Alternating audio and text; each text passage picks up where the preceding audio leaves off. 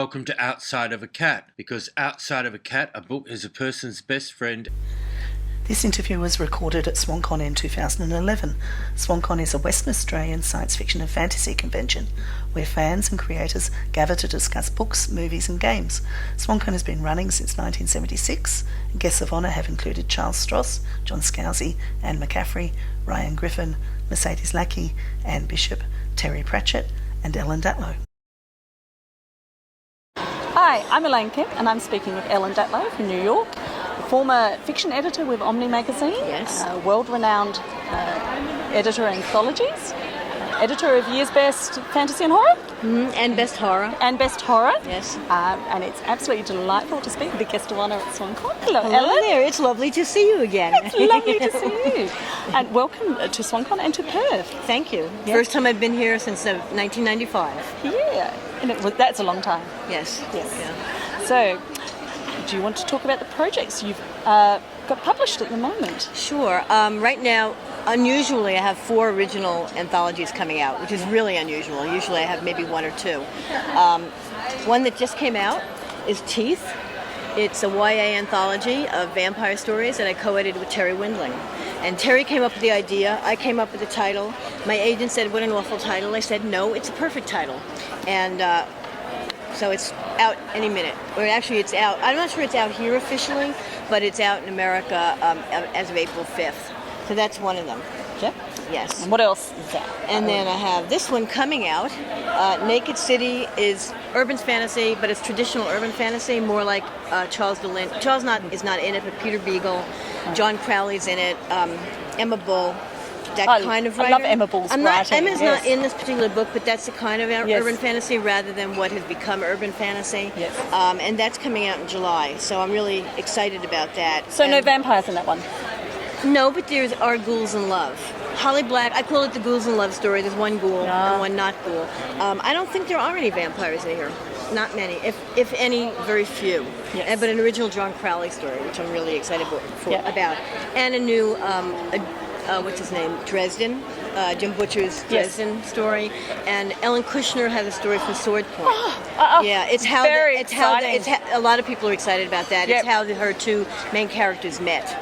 So that's. I'm going to have to buy that one just for the Ellen Kushner story. Sure, go for it. Yes. And this one actually came out last year. This is Haunted Legends, edited by myself and Nick Mamatas, and it's basically retold urban legends and urban folk tales and ghost stories. And Stephen Dedman has a story in it from Australia. 2 Australian writers have For stories. those in Peril on the Sea, Yes, is that right? Yes, of the sea, I think. Yep. And Karen Warren's That Girl. And they're both really excellent stories. The stories take place all over the world, and that was the whole idea. We have stories from Fiji, we have stories from England and New Orleans, New York, off Australia's shores, and Berlin, and so it's a whole panoply of haunted legends. Some of them scary, some not scary, but they're all pretty interesting, I think. Yep. So that's what I've got there. I have a supernatural noir anthology coming out, which is coming out from Dark Horse, and my editor, I had done Lovecraft Unbound, and the editor said, okay, you want to do another anthology? How about supernatural noir? And I said, yeah. I mean, I love the supernatural. I love noir movies from the 40s, and novels by Jim Thompson, James So sort of, Cain. detectives slouching around in the supernatural Not setting? only detectives. I mean, I try to avoid only detectives. Yep. So they are mysteries, they are crime stories, and not necessarily detectives. There is a story. I was joking with Peter Bell, who wrote Peter Ball. I'm sorry, who wrote the Horn. Yes. That there's a mystical dildo story in it. Unicorn out of a unicorn horn. Yes. By Caitlin Kiernan. That's actually called the Maltese unicorn. And I knew he'd get a kick out of that. So, yes. Yeah. Yes. Yeah. So that's coming out at the end of June, along with my best horror of the year, which will be number 3. Yes. And finally, I have Blood and Other Cravings coming out, an adult vampirism anthology from Tor in the fall, which has some really good stories by Joe Lansdale. Caitlin Kiernan has a story of Laird Barron. Unfortunately, I have so many writers who overlap in different anthologies. I can't remember who's in which. But so yeah, I have. Are you pleasing circumstances to be in? Yes, I'm very delighted. I'm delighted to use more and more writers and use the same writers and have a good mix. Yeah. And right now, Terry and I are working on a YA dystopian anthology called After. That will be coming out probably in 2012. That sounds good. Yeah, Yes. although it was a hard sell because everyone's buying dystopian novels, but I think the idea of having 20 depressing stories was With kind no of happy off-putting. endings. Yes, but so we made it very clear once we sold the anthology. We made it clear to the contributors that we do not want stories to slit your wrist by. That we would like at least most of the stories to have at least neutral or hopeful endings rather than really horrible. Love amongst the ruins. Exactly. So yes. So far we're more than half done, and we have some really excellent stories that are not all depressing. We do have 2 depressing stories, but we have One a to story. start and one to end. Yeah. No. We'll, No. we'll stick those in the middle. But we have a wonderful Carrie Ryan story. She did the Forest of Yes. Teeth and Claws. Is it called? That sounds right, yes. It's something like that. Yep. But anyway, she did a story called After the Cure, which is what happens after there's a cure created for zombieism, and what happens. The relationship between those who are cured, who were zombies and eating people, and those who are never zombies, and how they relate to each other. And it's a really fine story. Yes. So we're really happy about that. Don't eat your relatives. That's, yeah, right. Well, there was there was a story by Lee Kennedy years ago called Belling Martha, which is about a girl who was brought home after some kind of situation where she lived with cannibals, and they bring her home and they don't trust her, so they bell her like the cat.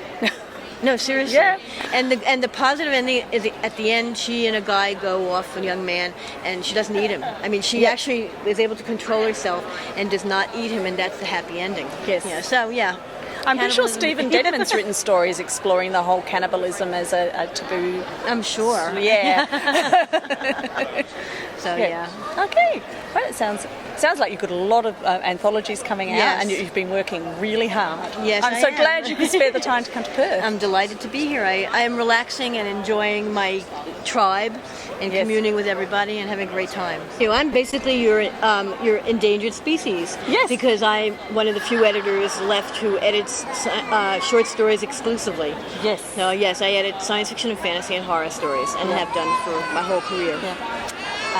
I guess as a writer myself, what I'd like to know is what would you say to writers? What is your advice, given that you're the person that we're trying to persuade to buy our work? Be persistent. Keep sending things out. Rewrite. First of all, don't ever send out a first draft. You have to figure out when you're done with your story. I mean, either if you have a writing group, go over it with them, or just when you're sure that you're ready to send it out, send it out. Don't just wait to get an answer about that one story. Immediately write another story. I mean, it could take months for you to get a response. And also, don't give up. I mean, if someone rejects you, send it to the next market. Always start from the top market. Yep. I mean, a lot of people are saying, "Oh, I want to get published, so I'll do it at the bottom market where I know they'll take my work." That's not how you do it. Always start the top-paying market and work down. It does not hurt you to try the top market. Yes. Okay, so never send your first draft, and don't be such a perfectionist that you never send a story out. Exactly. Yes. So that has to be somewhere in the middle. Yes. And you're not a writer unless you write. So, if you say, "Oh, I'm going to write this when I have time," "Oh, I write 5 minutes a week or something," that's not writing. You have to write every day, even if it's just a couple of hundred words. Okay, and for you as an editor, what are you looking for in work? It depends on the project I'm working on. For Best of the Year, I'm reading all the stories that have been published in that particular year. So That's an enormous task. yes, it is. I try to read all the horror I can find in every venue, collections, mainstream collections, anthologies, magazines, literary magazines. If I know about it, I will read it. Sometimes it's hard to find out where the literary magazines are or if there are horror stories in them. But that process is a process of elimination because I'll read and reread and reread and reread a story and end up with 140,000 words. I can only have a limited amount in the book. I'll make a notation as I read a story and to go back to it that, I like the story and I'll go back to it. Mm-hmm. And then at the end of the process, I have to read and reread and get it down to 140,000 words. For any other kind of project, an original anthology, first of all, I go to writers who I've worked with, writers whose work I'm familiar with, and who might fit the theme if it's a theme anthology. Yep. And I'm looking for interesting voices, an interesting take on a theme. I will never say that, don't ever send me a vampire story. Of course, don't send me a vampire story if I'm editing a zombie anthology. No. But, Unless they're vampire zombies? Possibly. Possibly. But maybe if not. First of all, for that kind of thing, you have to stick to the theme. Yes. When I do a theme anthology, I try to have as broad a theme as I can so that I can publish different takes that may not be thought of by the regular reader of that theme.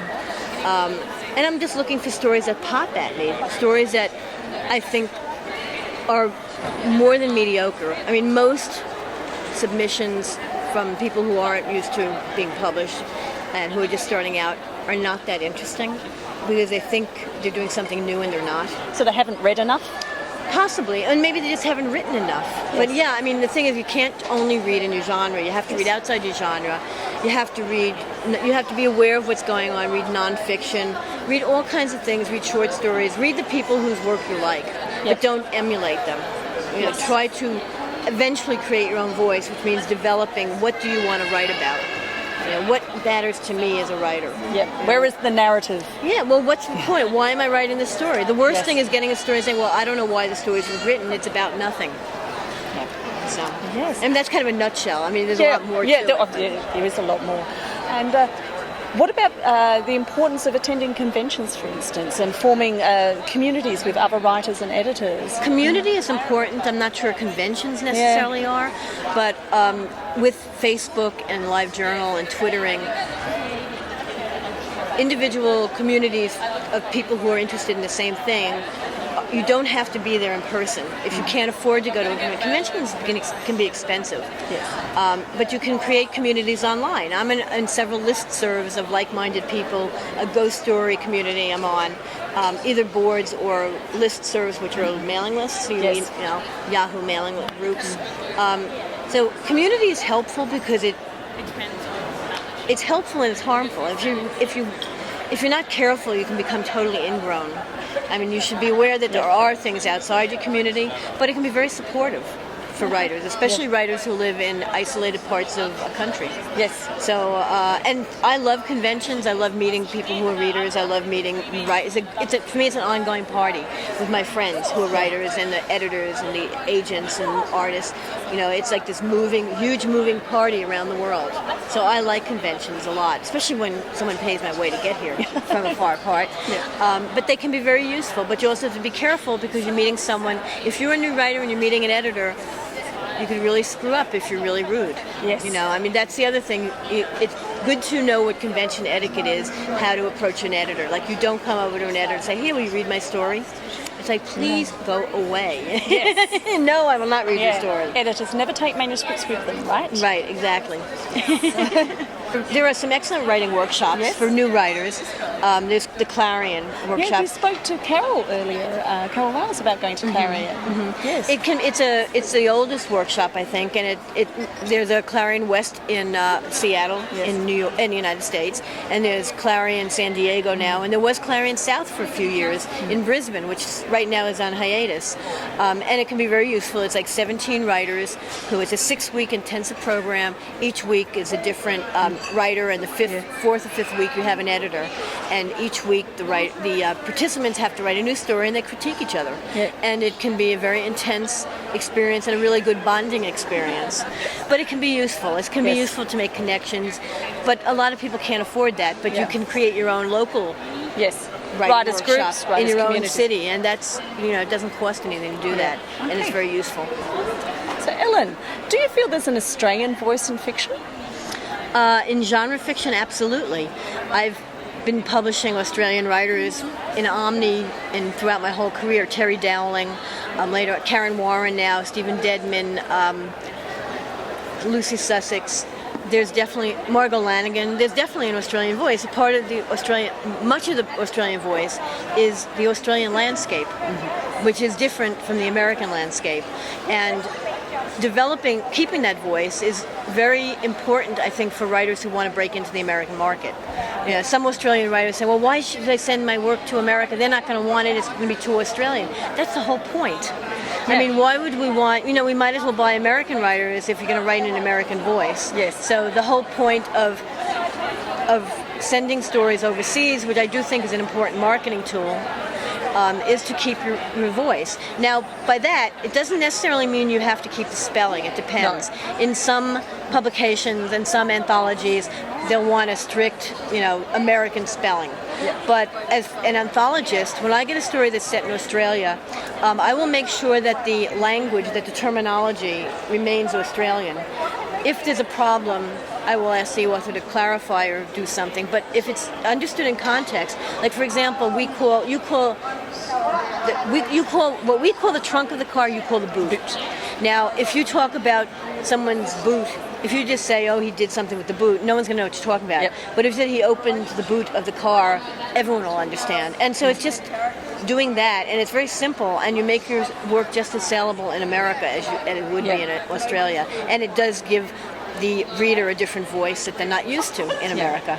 And it is important for an Australian writer who's growing their career to look overseas, isn't it? I personally think so. I know some Australians get all upset and say, but we're not going to be supporting our own literature or our own society, and that's not the way to look at it. And we're so global today that to expand your audience by millions of people is not a bad thing. It's not like people in Australia aren't going to read you. No. So I see it as a benefit, especially if you want to make a living out of writing, to sell to America, to sell a novel to America.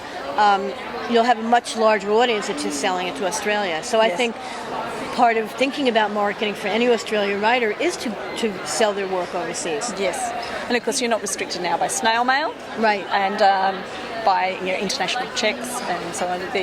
PayPal, I love you. Yeah, the digitisation of commerce. Yes, I mean, even though I have fought it for many years, I often accept stories from overseas by email. Yes. I still prefer printed submissions in America, but certainly, I mean, I know that it's really costly. Yes. Having sent books here and known what the price is, I know how costly it is to actually mail objects from and Australia. there is the potential to do editing online by electronically. Oh, well, that's been great. I mean, that was wonderful. I love that aspect of it. It's much faster. I mean, I've been doing this. I've been online. I guess I'm not sure when. I mean, everyone was on computer mid 80s. I'm not or late 80s when I started. Late 80s. Yeah. It was. Well, you know what? I remember the first few years when I did the year's best, which was starting in '89 or '88. I used typewriter and I retyped those summaries over and over again. So I don't remember when I actually started realizing, wait a minute, I can use this computer in my office even if I don't have one at home, and I don't have to type again. So editing overseas writers or any writer, even within the United States, email is a fantastic boon. It's the whole process will be much faster. Yes. And that's really good. No more 4-week delay. Right. Unless the person doesn't read it. I mean, then it's personal problems, personal issues. And and that's part of building a good relationship between the editor and the writer. And it's the writer's responsibility, isn't it is. Yeah. I mean, the other thing about online, of course, it helps writers who are isolated to contact other writers. Yes. There are online communities where you can workshop stories and you can just have conversations with other writers who are interested in the same kind of writing you are. Yeah. And I think that's very useful. I know the Romance Writers of Australia run online critiquing groups, and I'm assuming that other professional writing bodies do as well. Mm-hmm. Yes. So I think the computer has made us much more global. Yes. But that is not a reason to abandon an Australian voice. No, absolutely not. It's a reason to market an Australian voice. Exactly, it's the opposite. I don't want a homogenized voice. I mean, which doesn't mean that an Australian can't write a story taking place in America. Yes. And if that case, yes, you would edit it to American language and American spelling. I know Stephen Dedman sold a Shadowrun novel, for instance, which was written entirely in an American voice. Yes, that was set in Seattle and was sold into the American market as an American product. Right, yeah. I mean, I edited a novel by Paul Macaulay that was very British. It was a mystery, and it was really hard to edit because the language of their the whole legal system is different from American. Yes. And I've been to England a lot, but most Americans have not, and I was just like, no one's going to understand this. How do we make it comprehensible to the American reader Yes. when they don't know what DP means? They don't know what the legal system. I don't even know what the lawyers are called, but they're barrister. I don't even know. Yes. How do we make this comprehensible to the reader? And the same thing with Australian systems, legal systems, and things like that. I guess it's more of an issue with crime novels. Probably science fiction, anything goes. Yes. I believe you've met some Australian wildlife up close. Yes, both live and dead. Both live and dead. Yes. The first time I came to Australia, I had crocodile, kangaroo, and emu pizza. Okay. On pizza. On pizza, yes. But I have been to wild animal parks where I have petted kangaroos and wallabies who, boy, when they're lying around, they look like these scraggly, rotten things. And then they're moving, they look fantastic. They're all solid muscle when they jump. Yes, they are. But when they're sitting there, they look like old men who are just like, tired old men who are like badly out of shape. Yeah. And one of the best things I've done, I went to a koala preserve in Brisbane. Yep. And they take pictures of you. You can hold the koala. Yeah, and it did not pee on me. It did not pee on you. It did That not is a pee very on good me. thing. Yes, and it didn't. It did not claw me either. Yeah, the problem was I wanted to pet it, but I had it in both hands, so I had to do this, to the top of the head. Yep. I didn't have a hand free to pet it, but I had. That's my. And there are photos, I hope. Oh yes, absolutely. Probably on my Flickr account. Yeah. So yes, that and Uluru. I've been to Uluru and Kupapiti and the Olgas. I love the outback. I mean, I love Uluru is gorgeous. Yes. Yep. So yes, but I love wild animal parks. I'm hoping I saw a Tasmanian devil. Yes. Did I say? Well, did I yes, you have seen did. one? Yes, you could Probably have. in Tasmania. Yeah, well, Maybe. Yes, maybe in a wildlife park. Yes, elsewhere. well, I'm sure. I know. There I didn't see it. they're trying to keep populations on the mainland isolated. I know. I heard because, they have a disease. Yes, they're having problems yes. with them. Yes. I've seen big spiders. Very big spiders. Yes. Once on my pillow, I did not like that. That was in Tasmania. That was an unhappy experience. Yeah. And swans? Yes. When I was in Perth the first time, Pat Cadigan and I went to, I don't know, some famous park with swans, and they chased us. They were really bums. I mean, we didn't have food for them, and they're chasing us. I was like, you goddamn black swan, stop it. They were not very happy that we didn't have food. We were not happy that they were chasing us. So yes, I've experienced the swan. No, yes. Up close. Far too close, yes. And I was just in... They all... no. They weren't... I wasn't that scared of it. I mean, really, no. But I was just in Canberra and awakened to 3 different types of birds. One that was like, what is that? Karen Warren said they were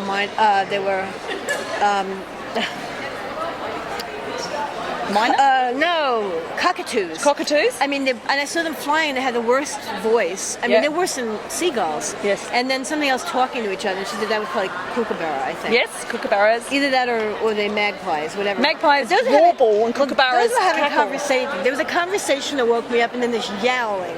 Yes. And then something else. So yes, I have experienced wildlife of many different types in Australia. Some of it closer than others. Yes. Right. Yes. I found. When I unpacked here, I opened up my luggage and a spider came out. And I don't know what kind it was. I just killed it. I mean, it was An American spider? No, it had come either from Canberra or Forster. So you didn't bring a spider with you? No. I had already stopped in Melbourne and Canberra, so I'm not sure where it came. It had to have come from Canberra, I would think. Oh, I don't know. That's probably not good. I don't know enough about spiders to not be afraid of them. Yes, there are probably no good options. Oh, great. Well, anyway, I killed it. And then I was very paranoid about the rest of my clothing. Yes. But I do love wildlife, really. Yes, apart from, the ones that eat you and chase bite you and are venomous. Yes. Well, thank you very much for spending time with us. You're and very it's welcome. wonderful to see you back in Australia. It's a pleasure to be here. I can't wait to come back. Thank you.